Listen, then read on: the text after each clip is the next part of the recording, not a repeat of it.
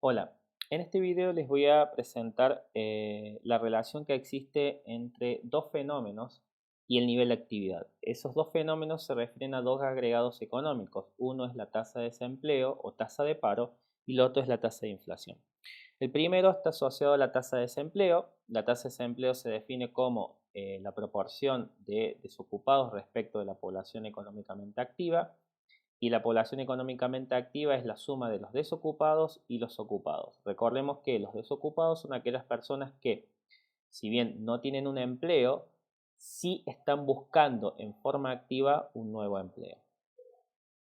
Por lo tanto, la relación que uno observa o que se ha observado a lo largo de la historia entre el nivel de actividad medido por la variación porcentual del Producto Interno Bruto, es decir, la tasa de crecimiento del Producto Interno Bruto, y la variación en la tasa de paro, es decir, la variación en este coeficiente. Se ha observado una relación negativa. Evidentemente, esta relación negativa tiene sentido. A medida que aumenta el paro, la tasa de paro, hay más personas desocupadas, es decir, hay menos personas que están con un empleo y por lo tanto el nivel de actividad de la economía está disminuyendo. O sea, es una relación, no es una relación causal en el sentido de que una cosa causa a la otra, sino que son consecuencia ambas de la disminución en la actividad económica. A medida que disminuye la actividad económica, que las empresas producen menos porque venden menos, obviamente despiden personas y por lo tanto la cantidad de desempleo tiende a aumentar. Entonces, lo que plantea esta relación, en este caso, en el caso de Estados Unidos, con datos de Estados Unidos, es que a medida que, por ejemplo, si pasamos de una tasa de crecimiento del 6% a una tasa de crecimiento del 4%, lo que dice que aproximadamente el nivel de empleo, o perdón, el nivel de desempleo, la tasa de desempleo va a aumentar en aproximadamente un punto porcentual, ¿sí? De menos 1,5 a menos 0,5. O sea, básicamente esta distancia es un punto porcentual, es decir, por cada por cada aumento en un punto porcentual en la tasa de desempleo, el nivel de actividad disminuye en un 2%. Eso es lo que plantea aproximadamente la teoría en términos de esta relación negativa entre la tasa de paro y el nivel de actividad de la economía. En Chile esa relación es un poquito más grande. O sea, por cada 2 puntos porcentuales, si se quiere, o mejor dicho, por cada un punto porcentual, aquí tenemos variación en la tasa de desempleo, los ejes están invertidos. Por cada un punto porcentual que disminuye la tasa de desempleo, se espera que aumenten aproximadamente 2,5, 2,6 puntos porcentuales del Producto Interno Bruto. En lugar de ser 2, en Chile generalmente es un poquito más grande y estamos hablando de 2,5. Matemáticamente lo que se observa es esta relación. La tasa de crecimiento del Producto Interno Bruto como una función de la variación en la tasa de desempleo respecto del periodo anterior. Esta es la tasa de desempleo en el periodo actual y esta es la tasa de desempleo del periodo anterior. Por lo tanto, lo que me indica esto es cómo varía la tasa de desempleo y qué efecto tendría sobre el nivel de actividad de la economía medido por la tasa de crecimiento del Producto Interno Bruto. Obviamente, como tenemos una relación negativa, por eso aparece el signo negativo.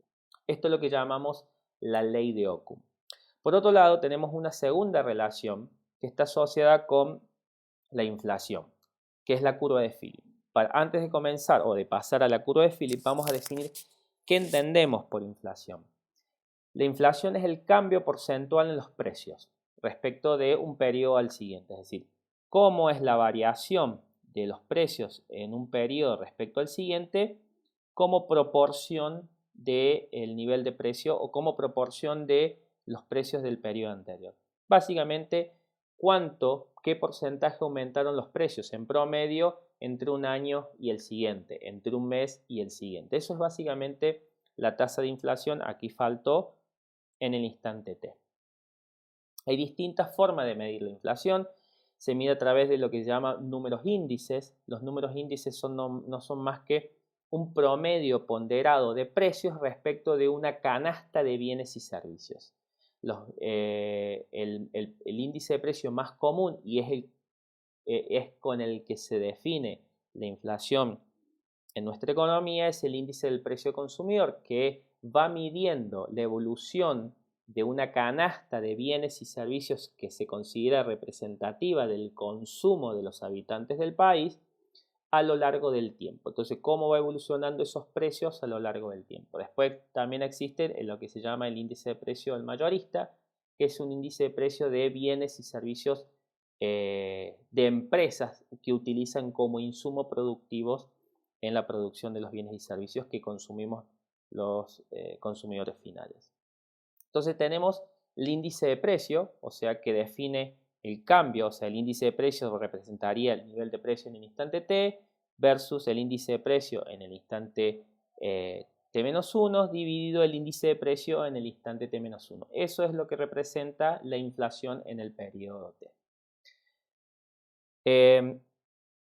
La segunda relación, como les comentaba, que tiene que ver con la inflación, es una relación empírica también, al igual que la ley de Occam, y tiene que ver con la relación que existe entre la tasa de inflación y la tasa de paro. Originalmente se planteó una relación empírica a través del profesor Phillips, que observó que la tasa de crecimiento de los salarios, esto es la tasa, es decir, cómo van cambiando el nivel de salarios respecto del periodo anterior, como una relación negativa respecto de la tasa de paro, es decir, la tasa de desempleo. Mientras más desempleo haya, más personas hay desocupadas en la calle, por lo tanto las empresas tienen mayor poder de mercado a la hora de contratar nuevos empleados y ofrecerles un salario relativamente más bajo. Como hay mucha gente, esas personas con tal de conseguir un empleo van a estar dispuestos a recibir un salario más bajo. Entonces, mientras más alto es la tasa de desocupación respecto del periodo anterior, menor iba a ser la tasa de crecimiento de los salarios. A medida que la tasa de desempleo disminuya, eso quiere decir que hay más gente trabajando. Por ejemplo, si la tasa de desempleo disminuye respecto del periodo anterior y por lo tanto esto es negativo, por este negativo significa un valor positivo, es decir, que si aumenta el empleo y por lo tanto está disminuyendo la tasa de desempleo, los salarios tienden a aumentar. ¿Y eso por qué? Porque hay poca gente en la calle desocupada y las empresas, para poder contratar nuevas personas, tienen que ofrecerles un salario que sea atractivo y por lo tanto los salarios tienden a aumentar. Esta relación se observaba, pero con el tiempo fue mutando a la inflación de los precios en general. Pues se observó que la inflación de los precios o la inflación de los salarios se comportaban de una forma similar. Y luego sucedió un segundo hecho, que esta relación empírica parecía no verificarse en todos los momentos o en todos los países. Sin embargo, algunos autores empezaron a incorporarle un componente adicional a esta ecuación que se llama la ecuación de la inflación esperada. Una vez que se incorporó esto y que la tasa de crecimiento de los salarios se reemplazó por la tasa de inflación efectiva observada en un instante del tiempo, resultó ser una ecuación que describía bastante bien el comportamiento de la inflación en términos de la relación del desempleo. Entonces, esta inflación esperada es una inflación que los agentes económicos esperan para el próximo periodo.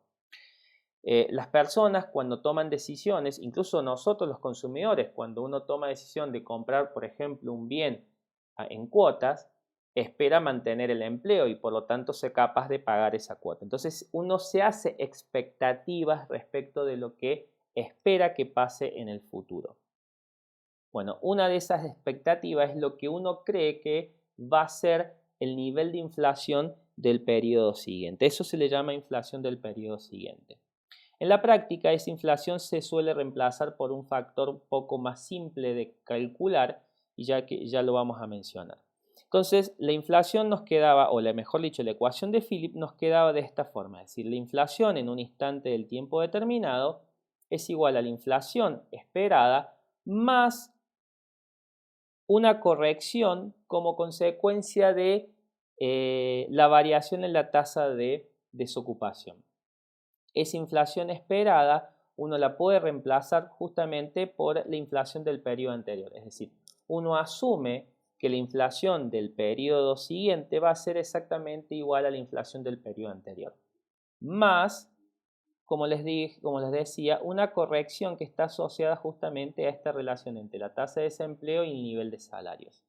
Entonces, la inflación de un periodo determinado es la inflación esperada, que es igual a la inflación del periodo anterior, más una corrección que tiene que ver con el nivel de desempleo. Si el nivel de desempleo del periodo actual es menor que la del periodo anterior, es decir, hay más gente empleada, generalmente eso tuvo que suceder como consecuencia de contratar personas a un salario más alto. Ese salario más alto implicó un aumento en los costos de las empresas, ese aumento en el costo de las empresas se trasladó a los precios y por lo tanto generó un aumento en la inflación.